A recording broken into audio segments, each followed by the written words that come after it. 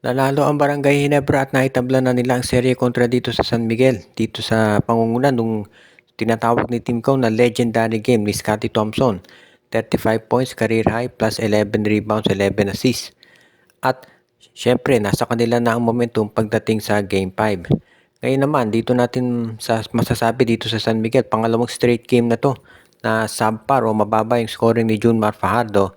At naha-highlight dito, hindi lang yung depensa ng Barangay Ginebra, kung hindi para merong shoulder injury si Junmar. At yan ang binabantayan ngayon maigi ng San Miguel dahil syempre kung may injure si Junmar, mag-iibang kompleksyon at takbo ng nasabing serye. Sa ngayon kasi nakita talaga natin na medyo iba yung laro ni Fajardo. Nakaka-rebound siya pero pagdating sa puntos, hirap na talaga. At marami nga nagsasabi na baka medyo matindi yung injury na dinaranas ni Junmar. At least para sa San Miguel, 2 araw yung pahinga bago magkaroon ng Game 5. Ang magiging question nga lang ay kung ano magiging kondisyon nito. Dahil syempre, iniingatan ng San Miguel si Junmar at gusto nilang masiguro na magiging maganda ang kanyang kalagayan para sa Game 5. Dahil talagang very important ito para sa San Miguel. Lalo na at alam natin na kung sino manalo sa Game 5, yon ang magkakaroon ng momentum para manalo. Isa na lang panalo, nasa finals na sila malamang kontra TNT.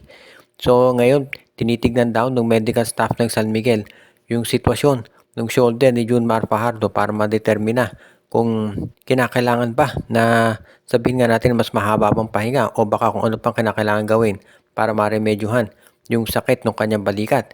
Actually, nakita natin parang parehong balikat na ni Junmar yung kanyang iniinda. Kaya nga kinakailangan, sabi nga hinay-hinay muna ang San Miguel. Kaya napansin ninyo, nung last 2 minutes, nung decided na yung outcome, nilabas na ni Coach Leo Austria itong si Junmar Fajardo dahil talagang nahihirapan na raw. Sa iba namang balita, may mga umiikot na report na ito si Alex Stockton daw ay interesado na maglaro dito sa TNT Tropa at yan ang dahilan kung ba't hindi pa natutuloy yung trade para kay Joshua Monson. Dahil kung si Alex Stockton talaga ay gustong maglaro para sa TNT, syempre magdadalawang isip naman itong Titan Ultra na kunin ito. Dahil for example, kung i-trade nila si Joshua Monson for Alex Stockton at mag-request ng trade si Stockton sa TNT, di sila ang nagka-problema. Ngayon, mukhang yan ang iniisip ngayon kung paano masusolusyonan ito. Dahil kung gusto ni Stockton talaga sa TNT, ang maliwanag dito kung si Stockton mukhang payag naman dito sa trade na gustong gawin ng Converge Fiber Xers.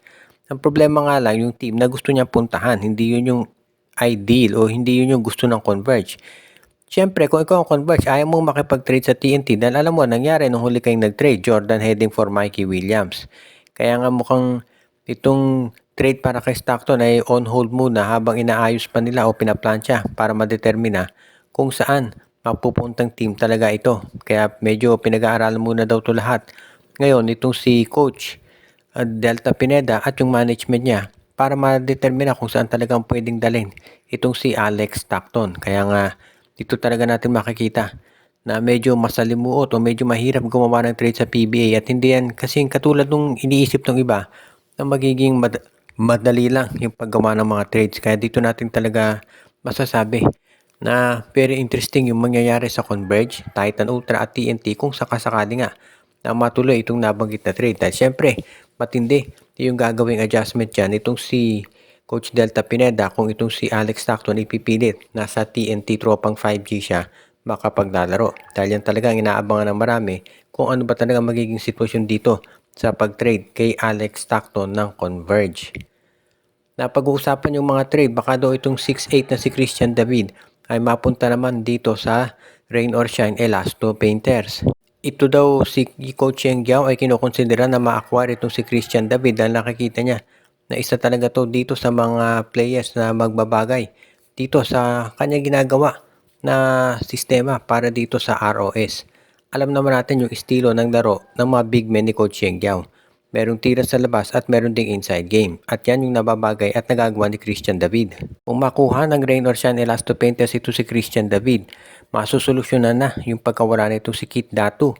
Dahil halos parehas lang ng laro itong si David at si Datu at ang pinakaiba lamang itong si David ay hindi injury prone.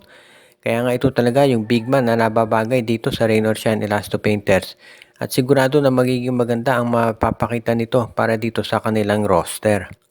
At iyan talaga ang inaabangan ng marami, yung paglipat ni Christian David na matagal na napapabalita na baka daw i-trade ng Blackwater o baka siya mismo mag-request ng trade. At any event, mukhang ito talaga magiging maganda para dito sa Rain or Shine Elasto Painters at masisiguro natin talaga na magiging kaabang-abang to para dito sa kanilang gagawin na natin ng mga sitwasyon. Kaya nga sa tingin ko, magiging isa talaga to dito sa talagang masasabing very unusual move yung pag-trade ng Blackwater sa Rain or Shine. Pero hindi natin masasabi na outside na hindi yan pwedeng mangyari. Dahil itong Blackwater willing naman daw makipag-trade sa iba't ibang mga tinatawag na teams dito sa PBA. Kaya kung sakaling matuloy ang trade, sa tingin ko pwedeng ibigay na kapalit ng Rain or Shine Elasto Painters itong si Adrian, wag naman si Adrian Ocong, siguro si Anton Asisio o kaya si Andre Karakot, pwedeng ibigay yan ng Rain or Shine kapalit ni Christian David plus na isang second round draft pick. Pag yan natuloy, talaga makikita natin magiging maganda na to para dito sa Rain or Shine. Sa iba namang balita, nakita na raw natin na itong Magnolia Hotshots ay ready raw makipag-trade dito sa Terra Firma G para kumuha ng isa pang point guard katulad ni Mark Nonoy.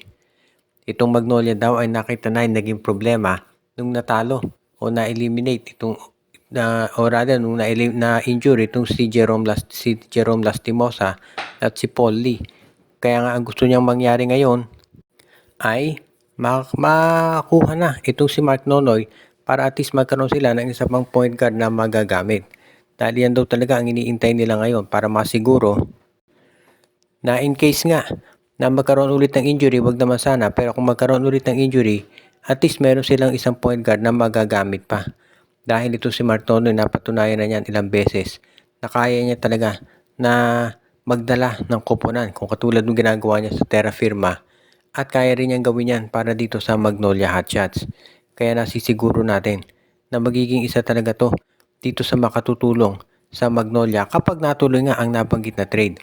Kaya nga ito talagang si Mark Nonoy, isa yan dito sa mga aabangan natin na makakagawa ng magandang hakbang para dito sa Magnolia. Ngayon, kung sino naman yung pwedeng ipalit, maraming pwedeng maibigay ang Magnolia dyan. Kabilang na to si Rafi Verano plus itong si Russell Escoto. Alam natin na naghahanap ng mga big man ngayon ang Rain or Shine, ang Terra Firma. So pwedeng yan ang i-alok nitong Magnolia Hotshots. Hindi ba natatapos itong mga build-up na ginagawa ni Coach L.A. Tenorio? Kaya talagang masasabi natin na isa na to dito sa kaabang-abang na mangyayari. Kung matuloy nga at sigurado naman tayo na magiging isa na to dito sa talagang gagawin at masasabi natin na big move nitong si Coach L.A. Tenorio para mas mapalakas pa Magnolia. Binabati natin yung ating mga taga-subaybay na sila RG Bueno, sila Jose Pineda, Malyari Mascareñas, Monde Guzman, pati na rin si Katsakino Dukusin, si Ronald Berbosidad, si Ireneo Salangsang, si Dexter Domer, si Anthony Alon, Michael D., Edwin Carmona Jr., at Jonel Alagon, Joshua Giray, Espejo at Rosales family.